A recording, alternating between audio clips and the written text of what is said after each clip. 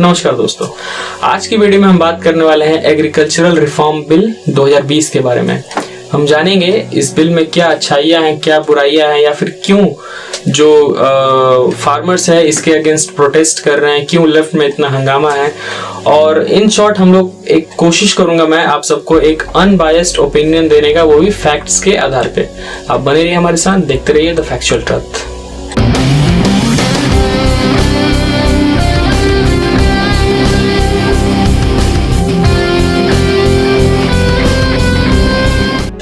तो दोस्तों, agricultural reform bill 2020 में कुल 3 विधेयक हैं। सबसे पहले हम बात करेंगे इसेंशियल कमोडिटीज बिल के बारे में। दोस्तों, हम सब की एक इसेंशियल नीड होती है, एक आवश्यक जरूरत होती है, जैसे दाल, चीनी, चावल, आटा, गेहूं, तेल, नमक इत्यादि जो भी है, ये हम सब की एक इसेंशियल नीड है। बट अगर क्या हो कि कोई व्यापारी या फिर कोई किसान इन सब चीजों का भंडारण करने लगे, यानी ब्लैक मार्केटिंग करने लगे। फॉर एग्जाम्पल हम लोग सरसों तेल को ले लेते हैं। आप जहां भी रहते हैं वहां पे एक डीलर होगा। उस डीलर ने सरसों तेल की कंपनी से एक एजेंसी ले रखी होगी। उसके बाद सरसों तेल की जो कंपनी होगी वो उस तक माल पहुंचाती। उस तक माल पहुंचने के बाद जो छोटे मोटे व्यापारी होते वो उसके पास से जो माल है, जो सरसों तेल है, वो खरीद के ले जाते। राशन दुकान हो गया, छोटे मोटे व्यापारी हो गए, ये सब जो है उसके पास से माल खरीद के ले जाते और फिर उन सब छोटे मोटे व्यापारियों का दुकान से हम लोग खरीद के लाते और उसका यूज करते। ये साइकिल ऐसे ही चलता है ना। बट क्या होगा अगर ये जो डीलर्स हैं ये ब्लैक मार्केटिंग स्टार्ट कर दे, यानी सरसों तेल की कंपनी इन तक तो माल पहुंचाए बट ये अपने आगे ना बढ़ने दे, उन छोटे मोटे व्यापारियों को ना दे। वो खरीदने जाए इनके पास तो ये मना कर दे कि नहीं, स्टॉक में तेल नहीं है। ऐसे सिचुएशन में क्या होगा? ऐसे सिचुएशन में धीरे धीरे करके जो तेल 100 रुपया प्रति लीटर मिलता है वो महंगा होता जाएगा। 120, 150, 200, 220, 230 ऐसे करते करते तेल महंगा होता जाएगा। और जैसे ही ये तेल महंगा होगा, ये जो डीलर्स थे जिन्होंने ब्लैक मार्केटिंग की, जिनके पास होते हुए भी इन्होंने अपने छोटे मोटे व्यापारी को आगे जो है उनको नहीं दिया, ये लोग मार्केट में शोर मचा देंगे कि हाँ तेल आ गया है, तेल आ गया है ना। और क्योंकि इनकी ब्लैक मार्केटिंग की वजह से मार्केट में तेल का दाम बढ़ गया है, ये लोग 2 गुना, 3 गुना, 4 गुना तक फायदा कमाएंगे। और ये लोग कमाते थे। 1955 तक ऐसे ही ब्लैक मार्केटिंग होती थी, जिसके बाद गवर्नमेंट ने इन सब चीजों को, ब्लैक मार्केटिंग को रोकने के लिए एक कानून लाया, जिसके अंतर्गत अगर कोई भी डीलर है जिसने किसी कंपनी से एजेंसी ले रखी है, किसी भी चीज का, आटे का, चीनी का, दाल का, कोई भी चीज हो सकता है, उसकी एजेंसी ले रखी है और वो ब्लैक मार्केटिंग करते वक्त पकड़ा जाता है तो उसका लाइसेंस कैंसिल हो सकता है, उसके ऊपर लाखों का जुर्माना लग सकता है और उसको जेल भी हो सकता है उस कानून के अकॉर्डिंग। लेकिन अभी 2020 में पता नहीं क्यों मोदी सरकार ने, कोरोना पैंडेमिक फैला है, इस बीच में ये विधेयक लाके राष्ट्रपति से साइन करा के कानून बना दिया और उन्होंने ब्लैक मार्केटिंग यानी भंडारण को, ब्लैक मार्केटिंग तो नहीं लेकिन हाँ वही बात हुआ, भंडारण को लीगल कर दिया। यानी अब आप भंडारण कर सकते हैं। गवर्नमेंट ने अपने बचाव में ये बोला है कि ये जो भंडारण का ये है, ये सिर्फ हम लोग बड़े बड़े व्यापारियों को ही नहीं दे रहे हैं, किसान भी चाहे तो भंडारण कर सकता है। तो आप दिल पे हाथ रख के बताइए, जो किसान होते हैं, अक्सर हर किसान गरीब ही होता है। कोई किसान है ऐसे बहुत बड़े बड़े जो अमीर हो चुके हैं, बट ज्यादातर 90% गारंटी के साथ बोल सकता हूँ किसान गरीब ही होते हैं। आप लोगों को एक फिगर डेटा बताता हूँ मैं।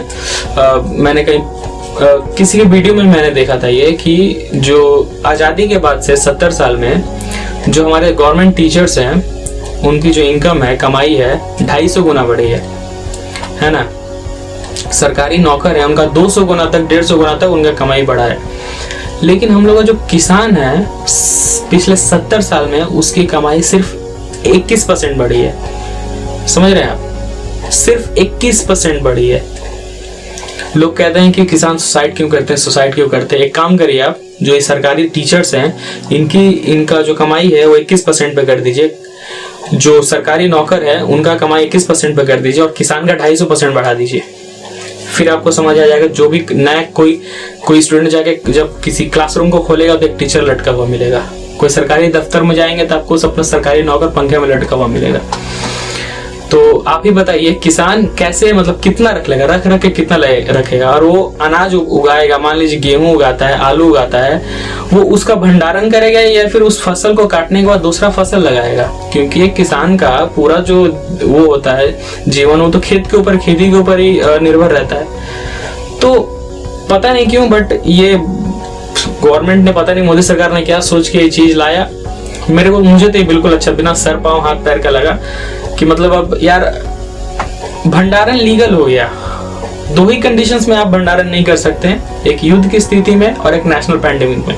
तो फिलहाल तो नेशनल पैंडेमिक चल रहा है ना, लेकिन इसके बाद फिर वही होगा, भंडारण होगा, पुलिस रेड मारने जाएगी, जो व्यापारी होगा बोल देगा कि अभी नेशनल पैंडेमिक चल रहा है, पुलिस बोलेगा नहीं, फिर वो व्यापारी बोलेगा कि अभी वॉर चल रहा है, पुलिस बोलेगा नहीं, तो बोलेगा ठीक है तो फिर आप किस लिए आए यहाँ पे, आप जाइए। गवर्नमेंट ने मुझको बोला ही है कि दो ही कंडीशंस में भंडारण नहीं करना, उसके अलावा हम कर सकते हैं। इसमें जो दूसरा विधेयक है उसका नाम है कॉन्ट्रैक्ट फार्मिंग। दोस्तों ये मुझको बहुत अच्छा लगा, पहले वाला मुझको बिल्कुल अच्छा नहीं लगा, पता नहीं क्यों गवर्नमेंट लेकर आई, उसका कोई सर पाँव मुझको तो नहीं देखा, हो सकता है आपको अच्छा लगा, बट पहला वाला मुझको पसंद नहीं आया। लेकिन दूसरा वाला जो कॉन्ट्रैक्ट फार्मिंग है वो मुझको बहुत अच्छा लगा। फॉर एग्जाम्पल मान लीजिए पार्ले बिस्किट बनाती है, उसको गेहूं का जरूरत है, ठीक है, मान लीजिए 100 मेट्रिक टन उसको गेहूं का जरूरत है, तो अपने इंजीनियर्स को वो गांव में भेजेगी कि देखो किस गांव में हम लोगों को इतना, जितना हम लोग का नीड है उसके अकॉर्डिंग उतना हम लोग को गेहूं मिल जाएगा। उसके इंजीनियर्स जाएंगे गांव में, देखेंगे हाँ इतने सारे खेत है, इन लोगों में हम लोग का काम हो जाएगा, ठीक है।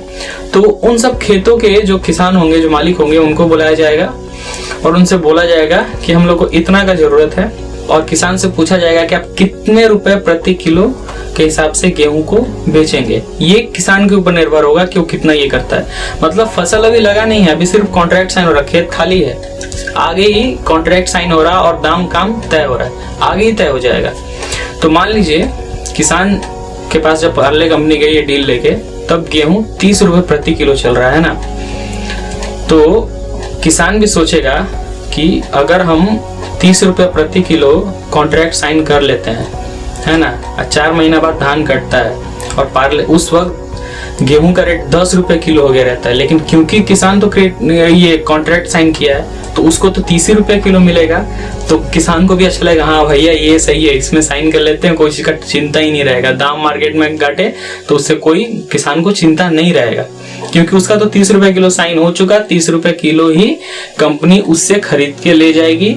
कंपनी के साथ एक बार किसान का कॉन्ट्रैक्ट साइन हो गया, उसके बाद वो देखने नहीं आ रही आप क्या कर रहे हैं क्या नहीं कर रहे हैं, आपके खेत से जितना गेहूं निकलेगा और जितना दाम कॉन्ट्रैक्ट साइन करने के टाइम में तय हुआ है, उसी दाम के अकॉर्डिंग आपके जो गेहूं होगा उसको वो ले जाएगी, वो नहीं देखने आएगी आप अपने खेत में क्या कर रहे हैं क्या नहीं कर रहे हैं, है ना। इसलिए ये बहुत अच्छा लगा मुझको, ये वाकई में बहुत सही है, आप लोगों को सुनकर पसंद लगेगा। किसान को एक सिक्योरिटी मिल जा रही है।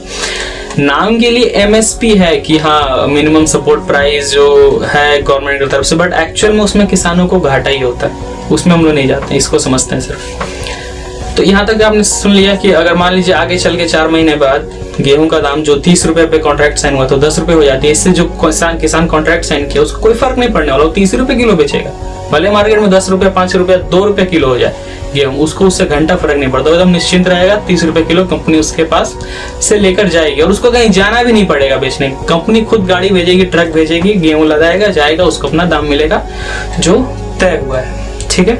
बहुत अच्छा। यहाँ तक तीसरे विधेयक के अकॉर्डिंग गवर्नमेंट ये कह रही है कि किसान को अब आजादी होगा, वो देश भर में कहीं भी, मान लीजिए बिहार में उगा रहा है तो मुंबई में ले जाकर बेच सकता है, दिल्ली में उगा रहा है तो यूपी में ले जाकर बेच सकता है, केरला में उगा रहा है तो जम्मू कश्मीर में ले जाकर बेच सकता है, मतलब उसको आजादी होगा कहीं भी बेचने का। अब इसमें कॉमेडी ये है कि गवर्नमेंट जो ये कह रही है कि अब किसानों को आजादी होगा, वो देश भर में कहीं भी बेच सकते हैं, उनको जरूरी नहीं कि वो सिर्फ मंडी में ही बेचे। तो इस कानून के पहले भी जो हमारे देश के किसान हैं वो अपनी उपज का सिर्फ 6% हिस्सा ही मंडी में बेचते थे जाकर, अदरवाइज वो इधर उधर ही कहीं बेच दिया करते थे, खुद से खड़े होकर या फिर कहीं कुछ करके खुद से ही बेच दिया करते थे, है ना। तो गवर्नमेंट कह रही है, सेंट्रल गवर्नमेंट की ये एक मास्टर स्ट्रोक है, गेम चेंजर है, क्योंकि भाई जाहिर सी बात उन्होंने लाया तो गेम चेंजर ही होगा। लेफ्ट कह रहा है कि ये किसानों के साथ अत्याचार हो रहा है, ये आगे चल के बहुत ज़्यादा प्रॉब्लम होगा, ये होगा वो, तो जाहिर सी बात वो लेफ्ट है तो कभी जो पावर में है पार्टी उससे अग्री नहीं करेगी, और कभी भी जो सेंटर में बैठती है, जो पावर में होती है पार्टी, उसको अपना डिसीजन खराब नहीं लगता है। तो ये पॉलिटिक्स वाली चीज़ें हैं, पॉलिटिक्स वाली चीज़ें बाद में बात करेंगे। तो आशा करता हूँ सबको वीडियो अच्छी लगी होगी। मैंने समझाने की कोशिश की जितनी मेरी क्षमता थी और जितना मैं इस चीज़ को समझ पाया था। वीडियो अच्छी लगी हो तो प्लीज़ लाइक करें, चैनल को सब्सक्राइब करें। आप कुछ कहना चाहते हैं तो प्लीज़ कमेंट बॉक्स में आकर मुझसे कहें। मिलते हैं अगली वीडियो में, और ये वीडियो देखने के लिए आपका बहुत बहुत बहुत बहुत थैंक यू, शुक्रिया। मिलते हैं अगली वीडियो में।